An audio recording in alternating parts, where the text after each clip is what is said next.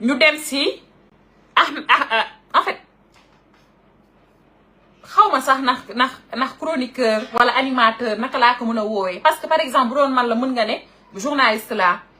j'ai été à l'ISIC entre autres am na ñoo xam ne ils sont pas journalistes mais ils sont formés ci table bi xam nga mais Ahmed Ndoye animateur la woon bëgguma sax di wax ci moom jékki-jékki commencé xas Ousmane Sonko ñu daal di koy recruter léegi nag li tax ñuy wax ci moom tey mooy mbir mi xew na ñun yëgoon nañ information bi mais comme li may wax rek balaa ñoo wax ci lenn daf ñuy wér daf ñuy wóor dañuy vérifier ba mu wóor ñu soog ci àddu man woote naa fi sax gendarmerie Sébikotane woote naa fu ne il y a 2-3 jours woote naa fu ne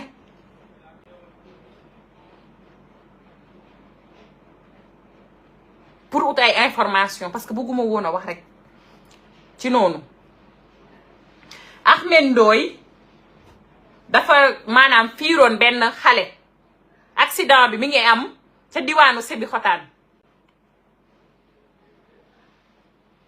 maanaam accident bi dafa xaw a métti parce que après xale bi da cee amee ay fracture yu xaw a métti sax mais heureusement ambulance dafa teel a ñëw daal di koy récupérer am ay soins yoo xam ne defal na ko Ahmed Ndoye woo benn rakkam bu yor benn boutique orange ci la ñëwee fayal ko frais soins wu xale bi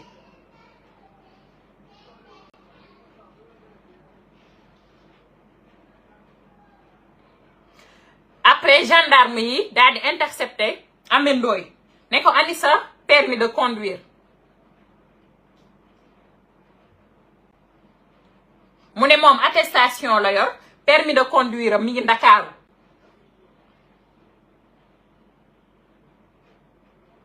mu ne attestation la yor waaw bi muy jooy fekk na ni mbëkk na xale bi ba pare jooyam yooyu xam ngeen ni jooyu musiba kese la xam na li ko doon xaar magum jëm bu toog di jooy xam na li ko doon xaar jooyu musibaam la doon jooy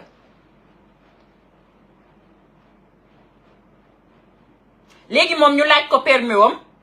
mu ne attestation la yor permis wam mi ngi Ndakaaru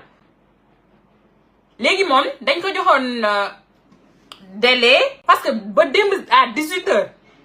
joxeegul woon andeegul woon permis parce que dañ ne ko andil permis parce que am na garantie bu mu fa bàyyi ñu ne ko andil permis bi yow ñu ne la andil permis bi ngay dem toog ci plateau télévisé yi di jooy di expliquer naan feesal na arena nee nañu dinañu am 500 millions alors que yow tu avais des choses beaucoup plus importantes à faire maanaam dem wane ji sa permis non seulement ba démb à 18h yóbbuwul permis bi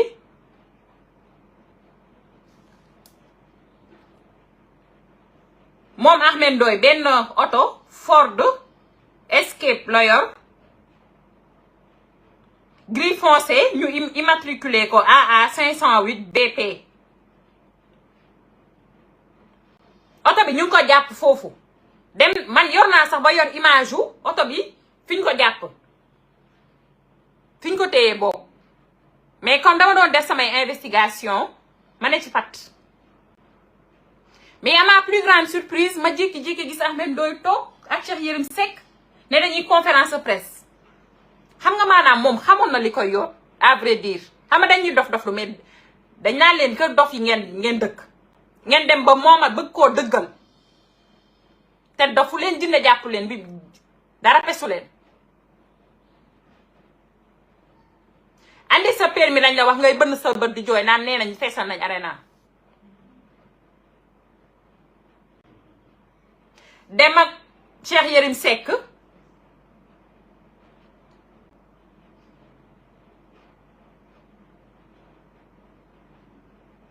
di def conférence de presse dem ba naan da ngay porter plainte la police mais attendez man dama ne Ahmed Ndoye est-ce qu'il a tout dit à Cheikh Yérim Seck wala dadi mburu foofu ko fori wala qu'est-ce qu'il y a taxaw ne yow yow da ngay lancer sa mouvement waaye yemoo si porox ndollu ci sa ay problème ci wàllum accident ba Cheikh Yérim Seck daal di ne dañoo effacer sa numéro permis ndax ñoom dañoo dugg ci base de données yi at mi si zidio si xanaa loo xamante ni maanaam balaa ñoo mën a supprimer numéro permis il faudra que dama ne sama gars yi ñu demee xel nekkul ni dañuy xëy nii rek supprimer numéro permis commission mooy daje waxtaanee ko réunion ko waxtaanee ko en commission dem ba trouver consensus si bi ñu jàppee ni kii waratul am permis wala def nga lu doy waar ba war a mën a tax ñu nangu sa permis yow waratoo am permis ci la ñuy effacer loolu ci base de données yi dañuy jàppee nit ñi ay dof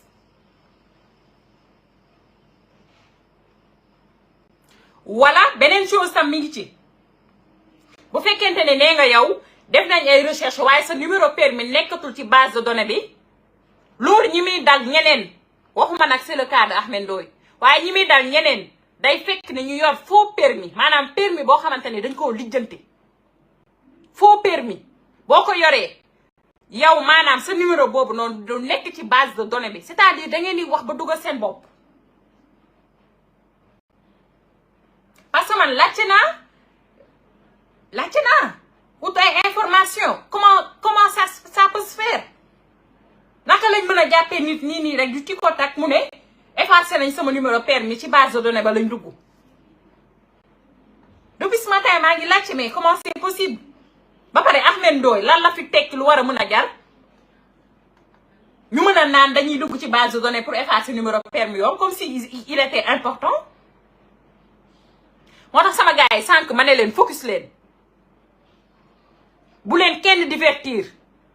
bu leen kenn manipuler munoo fiir doomu jàmbur ba pare ñu lay laaj permis amoo permis ba pare bëgg a ñëw naan da ngay lancer sa mouvement di def sa conférence de presse di wax sa yu rëy ba pare naan da ngay porter plainte la police loolu yabaate la moo tax dafa pare conférence de presse am rek ñu ne ko coppet yóbbu ñu nag yéenewuñu kenn kaso waaye am na yoo xamante ni rafetul ci ab réew pénc boo ci nekkee da ngay dox lu pénc ba régler nekk nit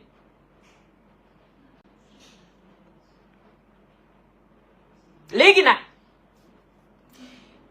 dinañu xëy ne waaw Ahmed Ndoye détenu politique la dinañu xëy kaawu Samba Ndiaye mi ñu interprété ko neneen moo tax ma ne liy woo ci vigilance fi ngeen teg curseur bi baax na yéen da ngeen di protéger projet bi waaye bu leen nangu ko détruire projet bi yaanaa qui protège le projet waaye yaanaa yoo xamante ni dinañ ci buruxlu pour détruire ce projet jëli ngeen